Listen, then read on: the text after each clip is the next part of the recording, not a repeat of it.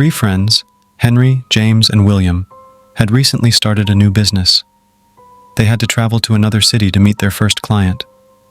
The route was new to them, so they were relying on GPS maps.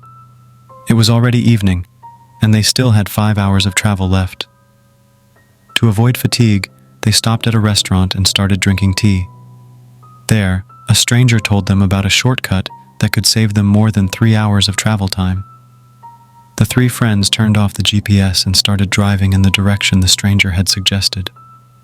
After a while, they passed some villages and fields, and then they came across an unpaved road filled with potholes.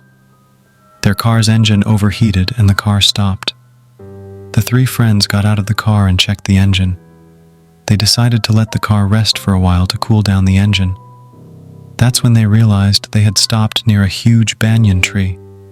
The tree was so large that many of its branches were touching the ground. None of them had ever seen such a scary tree in their lives. Curious, they began to walk around the massive tree, touching its branches and leaves. Suddenly, James screamed and started trembling in fear. He said he thought he had seen a very scary woman in the branches of the tree. She was wearing black clothes and looked like a ghost. When Henry and William came over and looked in that direction, everything appeared normal. William said that he has heard that many spirits live in banyan trees, and now that it was night, they should leave the place quickly. The three friends got into the car and started the engine. The car started, and they moved forward. After a while, they felt that the car's engine was overheating again. They stopped the car once more and got out. This time, they were near a small village. There was no one in sight, and the place was eerily silent. They left the car to cool down and started wandering around the village. Suddenly, they saw a woman sitting in front of an old mansion. She was wearing black clothes and staring at them. Henry asked, "Is this the same woman James saw in the banyan tree?" James, trembling, replied, "Yes, it's her. She's a ghost." They immediately ran back to the car and tried to start it, but the car wouldn't start. Then they saw the woman walking towards them. Her eyes were red, and strange sounds were coming from her mouth. The three friends tried pushing the car to start it, but it didn't budge. They left the car and started running, but as they went further, they felt like someone was following them. When they turned around, they saw the woman chasing them. Her speed was unusually fast. The three friends put all their strength into running. Finally, they hid in a hut near a field. There, they saw an old man staring at them. He said, "Why did you stop near the banyan tree and look at that woman? Now your lives are in danger." The three friends pleaded with the old man for help. He told them that the woman was a ghost who lived in the banyan tree, and anyone who saw her would be taken by her. The old man gave them a piece of paper with something written on it and said, "This chant is the only thing that can save you from the ghost. I cannot help you further." Just then, a frightening sound was heard. The three friends looked towards the door and it seemed like someone was outside. The old man's voice came again, "You must leave through the back door." But when they turned around, the old man was no longer there. At that moment, the ghost began to open the door of the hut and step inside. Terrified, the three friends rushed out through the back door and fled the hut. The three of them were worried, wondering where the old man had suddenly disappeared to. While running, they reached their car. The three friends somehow started the car and tried to escape from that terrifying place. But as soon as they drove out of the village, they felt like someone was following them. When they looked back, they saw the woman was behind them again. Henry said, "She's behind us again. We need to get out of here quickly." James, trembling, said, "I don't think we can outrun her. We need to do something else." William said, "We need to remember what the old man said. He told us there are some mantras on the paper that can save us." The three friends read the paper and began chanting the mantras written on it. They saw the woman coming closer to them. They chanted the mantras louder, and finally, the woman disappeared. The three friends tried their best to survive that night, but their troubles were far from over. A few days later, they began to notice strange happenings in their lives. Henry started having dreams where the woman was staring at him.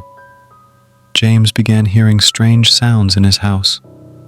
William felt like someone was constantly watching him. Once, when all three friends were together in their office, they heard a loud, terrifying scream. The lights in their office started flickering, and tables, desks, and other objects began moving as if an earthquake was about to strike. A strong wind started blowing inside their office, even though all the windows were closed. They ran toward the door, but just before they could reach it, it slammed shut with a loud noise, and they were unable to open it. They then heard eerie sounds, as if a ghostly female voice was whispering something. Suddenly, a chair flew toward them in the air, and James was injured. They realized that when they were all together, the ghost was showing them her supernatural power. When they were alone in their homes, she had only scared them, never harmed them, and had stayed away whenever they chanted mantras. But now, she was much more powerful and was trying to harm them physically. Out of nowhere, she appeared before them, and she was terrifyingly frightening. The three of them immediately started chanting mantras loudly, putting all their energy into it. The ghost could not tolerate the sound of the chants and dissolved into the air. Everything in their office returned to normal, but they were all deeply shaken by the incident. The three friends decided to meet the old man who had given them the paper with the mantras. They returned to the village and began searching for him. After a while, they found the old man. They asked him where he had disappeared to so suddenly that night. The old man replied, "Some secrets can never be revealed," and then asked how they had ended up back here. He told them that the ghost was still following them. The old man told them that these terrifying ghosts live in desolate places, and if anyone sees them, they make their lives miserable. The ghost can even kill them to ensure that no one else learns about their secret locations. The mantras he had given them could only keep the ghost away for a short time. But now, if it is haunting your daily life, you must completely free yourselves from it, because it has followed you all the way to your homes, meaning your lives are in danger. In a few days, it will be the new moon night, and on that day, its power will be at its peak. On that day, the mantras I gave you will not work with the same strength. The old man gave them an old book and said, "This book contains more mantras that can save you, but you must chant these mantras regularly." The three friends read the book and began chanting the mantras accordingly. On the night of the new moon, the three of them spent the entire day and night inside a temple with a renowned priest, chanting the mantras given by the old man. Nothing terrifying happened that night, as if God himself was protecting them. After a few days, they felt that their lives were returning to normal, but they knew that the ghost was still around them. They remained cautious and continued to chant the mantras regularly. The three friends learned that sometimes certain things are beyond our understanding, and we must be prepared to face them. They knew they would never forget that terrifying banyan tree and the ghostly woman.